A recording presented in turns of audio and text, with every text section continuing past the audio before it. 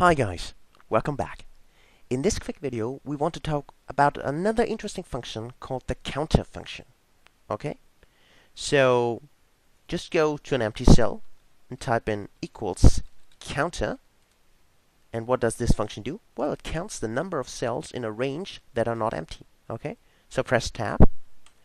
And now we will select, for instance, the whole column 1.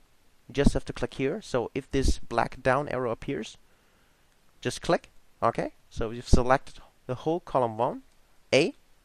Okay, and now just close parentheses and press enter, and we will get the value 14 because we have 14 names here. Okay, so if we would delete, for instance, Leo, we'd get 13. If we type in something else, for instance, here 1, 2, 3, we get 14.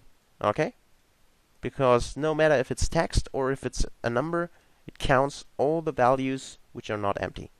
So that's the counter function. Okay? So, as always, keep on learning, keep on going on the journey with me, and looking forward for the next video. See ya, guys. Bye.